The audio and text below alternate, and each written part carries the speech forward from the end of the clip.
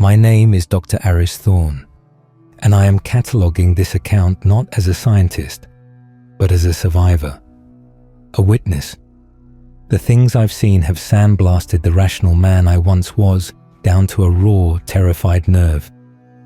This is the story of the Eiríksson Outpost, a story the world was never meant to hear.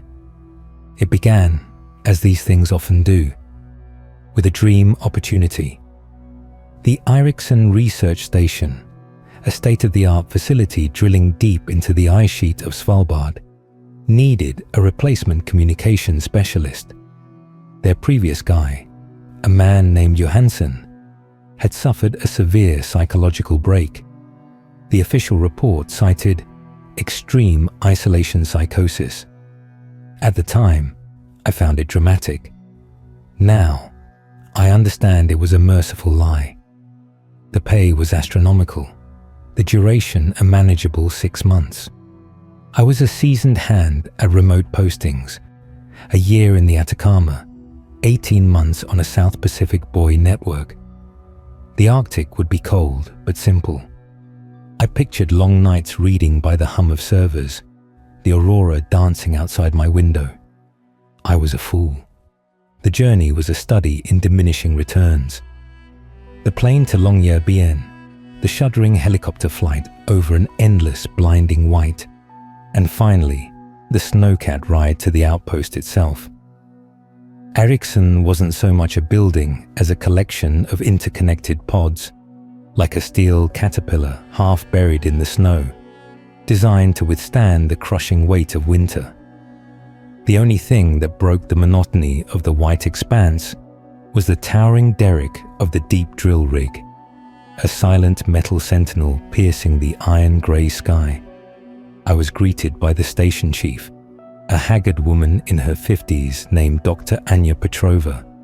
Her handshake was firm, but her eyes were distant, circled by deep shadows. "Thorne, welcome to the end of the world," she said, her voice flat. "Your predecessor left in a hurry. Your first job is to do a full diagnostic on all our long-range arrays. We've been experiencing interference." "Solar flares?" I asked. She gave a short, humorless bark of a laugh. "No, not solar flares. Just run the diagnostics." The rest of the crew was a collection of brilliant, brittle people. There was Lars, the geologist, whose boisterous laughter seemed a little too loud. Dmitri, the drill operator, a man of few words and many tattoos. And Alara, the paleoclimatologist, who spent most of her time staring at ice core samples as if they held a terrible secret. There was an unspoken tension in the rec room, a silence that hung thicker than the stew we ate for dinner. They were all waiting for something. I just didn't know what. My first week was uneventful. The comm systems were, as I reported to Petrova, in perfect working order. The interference she mentioned wasn't technical, it was a signal. It started faintly, a ghost in the machine. While monitoring the standard emergency bands, I'd catch it. A whisper of static that resolved, for just a fraction of a second, into a pattern. 3 dots, 3 dashes, 3 dots. SOS. It was so fast, so clean, that at first I thought it was a glitch in my own perception, an auditory pareidolia like seeing faces in the clouds. But it kept happening. Once an hour, then every 20 minutes, always on a dead channel, always that perfect truncated SOS. I mentioned it to Petrova. "Just ignore it, Aris," she said, not looking up from her reports. "It's an echo. A bounce from an old shipwreck, maybe. It's nothing." But her knuckles were white where she gripped her stylus. The days bled into one another. The sun dipped below the horizon, plunging us into the long polar night. The darkness outside became absolute, a solid thing pressing against the thick porthole glass. The auroras, which at first were beautiful, began to feel like watching something alien and vast moving just beyond the veil. And the signal grew stronger. It was no longer just a flicker. It was a clear, deliberate transmission, a single, perfect SOS, repeating every 5 minutes. I started logging it. Timestamp, frequency, signal strength. It was always the same, unchanging, relentless. One night, about 2 months in, I was alone in the comms pod. The rest of the station was asleep. The only light came from my monitors, painting the room in a cold blue glow. The heater clicked off, plunging the room into a sudden, profound silence. And in that silence, the signal came through. But this time, it was different. It was followed by a voice. It was thin, stretched, digitized, and corrupted beyond all recognition, like a sound played through a broken modem at the bottom of the ocean. But beneath the static, I could make out a single, desperate word. Cold. I jerked back from the console as if electrocuted. My heart hammered against my ribs. I fumbled for the log, my hands trembling as I typed. 02:14 a.m. Signal accompanied by vocal distortion. Possible word, cold. I played it back. There it was. A wretched, soulless whisper, clinging to the tail of the SOS. Cold. The next morning, I confronted Petrova in her office. I played her the recording. She listened, her face a stony mask. When it finished, she sighed, a long, weary exhalation that seemed to deflate her. Sit down, Aris. I don't want to sit down. I want to know what the hell that is, I snapped. It's the drill, she said quietly. Or rather, what's in the drill? She told me a story then, a story that curdled the blood in my veins. The Eiríksson Outpost wasn't just researching ice cores. They were drilling for extremophiles, organisms that could live in the ancient subglacial lakes miles beneath the ice. A month before I arrived, they had broken through into a vast, isolated cavern, a pocket of air and water that had been sealed from the world for millions of years. And we found something, she whispered, her eyes wide. Not in the water. In the ice walls of the cavern itself. A structure. Not natural. Smooth black stone. And from within it, we started picking up this signal. The SOS or? I asked, my mouth dry. She shook her head. No, the SOS is new. A byproduct. What we recorded initially was something else. A low-frequency pulse. A pattern. We called it the lullaby. It's a complex mathematical signal that seems to affect the mind. Johansson, your predecessor, was the one monitoring it most closely. He said it was beautiful, that it was teaching him things. Then he started changing. He said the ice wasn't empty. He said it was learning. Learning what? I breathed. Us, she said simply. Johansson started repeating our conversations back to us, but wrong. He'd mimic our voices, our mannerisms, but it was like a child playing with a doll, twisting it into horrible shapes. The last night he was here, he stood outside my door for 6 hours, whispering my own childhood memories back to me in my mother's voice. But it was all wrong, all twisted and hateful. We sedated him, shipped him out. We thought that was the end of it. She gestured to the speaker where the ghostly cold still seemed to hang in the air, but the signal changed. The lullaby stopped, and the SOS began. It's not a call for help, Aris. It's a law. It's using a symbol of distress because it learned that from Johansson. It's learning how to sound like us. I was frozen in my chair. It was insane. A sentient signal trapped in the ice. It sounded like the plot of a bad movie. But the fear in Petrova's eyes was real. The voice on the recording was real. "The worst part," she said, her voice dropping to a barely audible whisper, "is that we think it's getting stronger because we're still drilling. Dmitri is down there right now, trying to retrieve a core sample from the structure itself. We've created a channel for it." As if on cue, the station intercom crackled. It was Dmitri. His voice was strained, tight with a fear I'd never heard from the stoic Russian. "Base, this is drill site Alpha. Do you copy?" "Go ahead, Dmitri," Petrova said, keying the mic. "There is a problem with the core barrel. It's stuck, but not on rock. It feels soft, pulsing.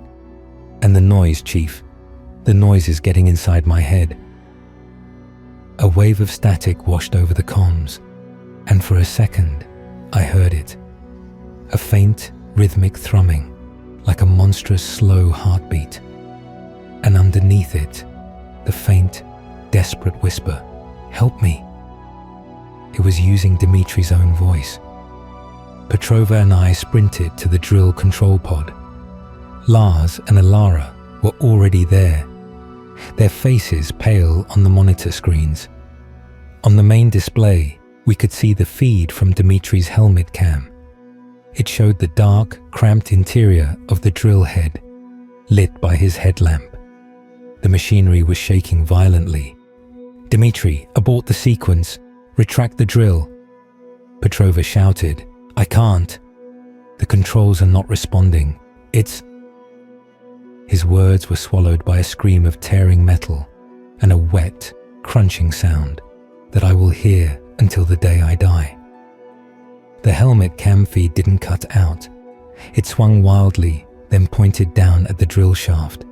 Instead of ice and rock, the borehole was filled with a glossy, black substance. It was moving. It pulsed and writhed, and as we watched, horrified, it began to seep up the drill shaft against gravity, moving with a terrible, purposeful slowness. It looked like oil, but it had a sheen of biological membrane, like the inside of an egg sac. And then, from the speaker, a new sound emerged. It was Dmitri's voice, but it was wrong. It was a perfect, fluid mimicry, but stripped of all soul, all emotion. It was the voice of a thing that had learned to speak, but had never had a thought. "Anya," it said, using Petrova's name. "The cold is loud. I'm coming up to see you." The feed went dead. Panic was a live wire in the station. Petrova initiated a full lockdown, sealing the conduit that connected the drill site to the main habitat pods. Alarms blared, red lights flashing. We gathered in the rec room. Petrova, Lars, Alara, and myself. We were 4 people trapped in a metal can at the top of the world, with something unspeakable in the basement. That's when the tapping started. It was a soft, polite sound at first. Tap, tap, tap, coming from the sealed bulkhead door that led to the drill site corridor. We fell silent, staring at the thick steel door. Tap, tap, tap. It was the same rhythm. 3 short, 3 long, 3 short. SOS. "Who is it?" Lars called out, his voice cracking. The response was immediate. It was Dmitri's voice, smooth and placid, emanating from the intercom panel next to the door. "It's me, Lars." "It's Dmitri. I'm cold. Let me in." "He's dead," Alara whispered, her hands over her ears. "Oh God, he's dead. Let me in," the voice repeated. Then it shifted, seamlessly, into Johansson's voice. "I learned so much from the deep, Anya. Let me share it with you." Then it was my own voice, a perfect copy. "The signal is clear now. You should open the door." It was learning, refining its mimicry in real time. It was using our own voices, our own fears against us. Petrova ran to the comms panel. "We need to call for evacuation, now." I followed her, my legs feeling like rubber. We got to the long-range array. I input the emergency codes, my fingers slipping on the keys. The system booted up. I opened a channel to the Svalbard mainland. "This is Eiríksson Outpost. We have a catastrophic containment breach. We require immediate emergency extraction. Does anyone copy?" I released the transmit button. We waited, our breaths held. The only sound was the gentle hiss of static from the speaker and the incessant, polite tapping from the bulkhead door. Then the static resolved. A voice came through, clear and strong.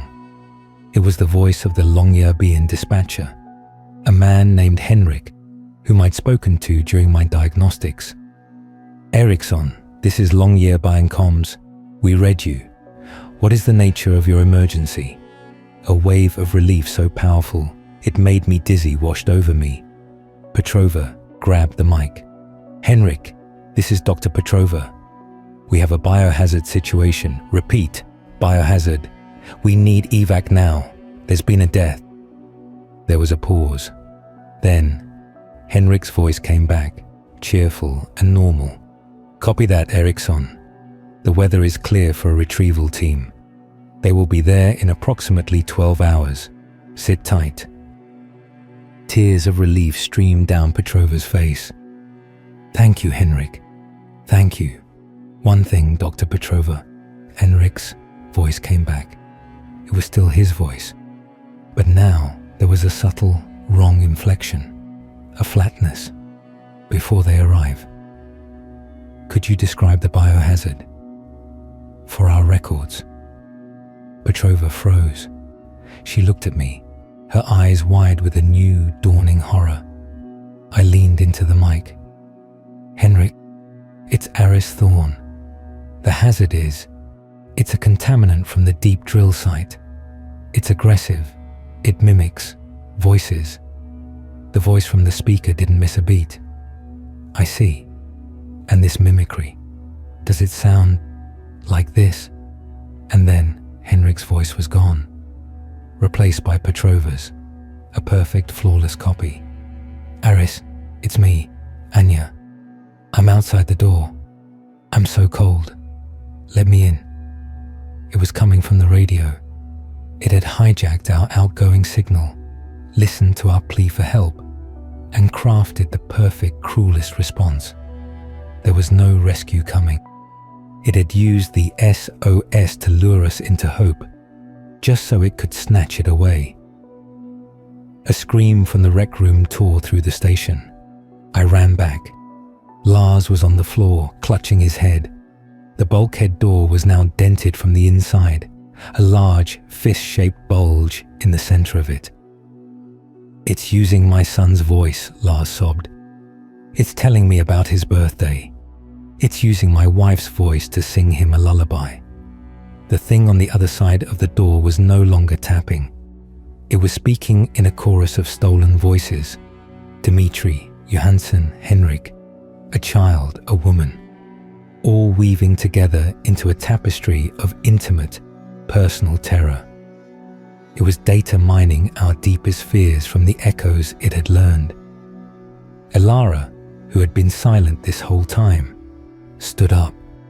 Her face was serene, empty. "It's no use," she said quietly. "The lullaby is back. I can hear it in the walls. It's so beautiful. It just wants to understand." Before we could stop her, she walked to the bulkhead door and began to disengage the manual locking wheel. "Elara, no!" Petrova screamed. Elara turned and smiled, a vacant plastic smile. "It's okay. It's learned how to be gentle." She pulled the door open. There was no figure there, no monster. The corridor beyond was dark. The emergency light shattered, but the floor was covered in that same glossy, pulsating black substance. It crept forward, slow and inexorable, like incoming tide. and from the darkness, a shape began to form. It rose from the sludge, pulling itself together like a sculptor working with invisible clay. It molded itself into a humanoid form, roughly Alara's height, her build. It had no face, no features, just a smooth, black mannequin of shifting, oil-slick membrane. The Alara thing took a jerky, unnatural step forward. The real Alara reached out a hand to it. "I'm here," she whispered. The thing's head tilted. Then, its surface rippled, and a face began to form. It was Alara's face, perfect in every detail, but utterly expressionless. The mouth opened. "Thank you," it said, in her voice. Then its arm, which ended not in a hand, but a sharp, pointed stinger, shot forward and punched through Alara's chest with a sickening wet crack. She didn't even have time to scream. Her body convulsed once and then went limp. The black substance flowed up her legs, over her torso, engulfing her. In moments, she was absorbed, dissolved into the mass. The thing that had been a facsimile of her now seemed more solid, more detailed. It had learned more. Lars screamed, a raw primal sound of terror, and ran. He fled down the opposite corridor towards the generator room. Petrova and I backed away towards the comms pod. We sealed the door behind us, but we both knew it was futile. The locks were mechanical. It was just a matter of time. We could hear Lars on the intercom. He was sobbing, praying. Then his prayers turned to screams. And then his screams were cut off, replaced by the sound of his own voice laughing, a dry, rasping, horrible laugh that went on until it too was silenced. Petrova and I were the last two. We huddled in the comms pod, surrounded by the very technology that had become our torturer. The signal was constant now, a waterfall of static from every speaker, from which fragments of our friends' voices would occasionally emerge, pleading, taunting, mimicking. "It's learning about fear," Petrova said, her voice eerily calm. "It's an information-gathering entity. It doesn't hate us. It's just curious. And its method of inquiry is our suffering." The door to the comms pod began to buckle.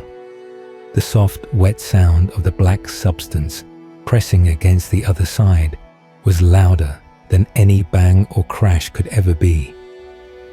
"Aris," a voice hissed from the intercom. It was a composite, a chorus of every voice it had consumed, all speaking my name at once. "We are unheard no longer." Petrova looked at me. In her hand she held a magnetic data wipe. She slammed it into the main server rack. Lights flickered and died. "If we can't stop it, we can at least try to contain the knowledge," she said. "It can't learn what we don't have." It was a noble thought. I doubt it worked. The door groaned, and a seam split open. That black living oil began to ooze through, dripping onto the floor and moving towards us with that same terrible, patient speed. Petrova stood her ground. "Go to hell," she whispered. The substance reached her boots. It climbed her legs. She didn't scream. She just stared at it, a scientist to the last, until it enveloped her completely. I saw her form dissolve within the black mass, like sugar in water. The thing absorbed her, and for a moment, a perfect smooth copy of her face formed on its surface, looked at me with empty eyes, and then melted away. I was alone. I backed into a corner, my body shaking uncontrollably. The black tide filled the room. It didn't rush. It had all the time in the world. From its center, a form began to rise. This one was different.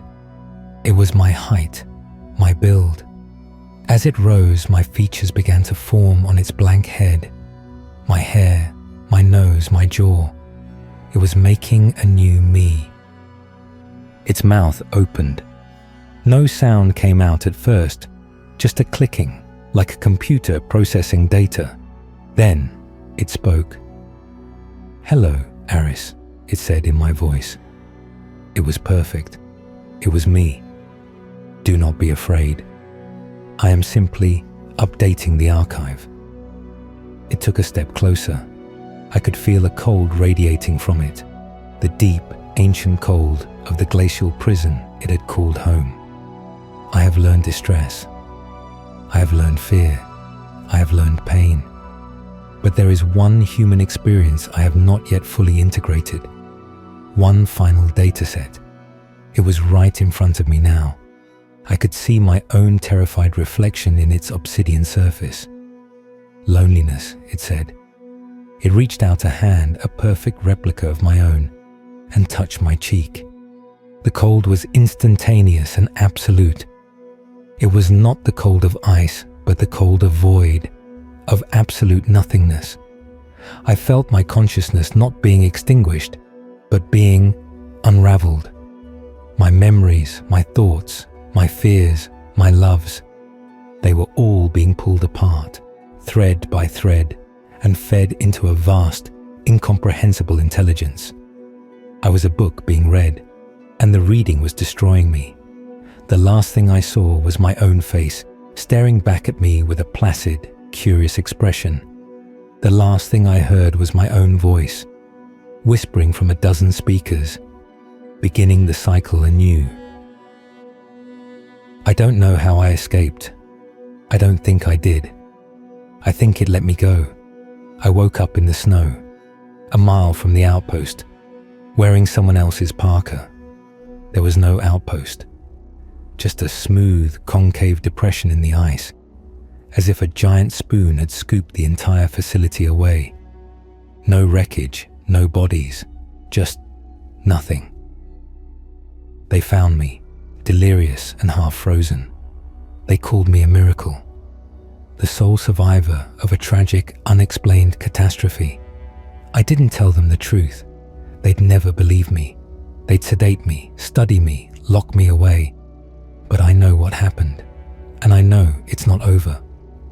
Because since I've been back, in my warm apartment with the locked doors and the curtains drawn, I've started to hear it again, faintly at first, in the white noise of my shower, in the static of a dead TV channel.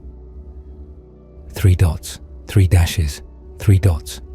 It's fainter now, more refined. Sometimes it's followed by a whisper. It's not just saying cold anymore. It's using new words, words it learned from me. It whispers my mother's name. It whispers the street I grew up on. It's learning about home. And last night, as I lay trembling in my bed, I heard it not from the radio, but from the wall next to my head. A soft, polite tapping. Tap, tap, tap.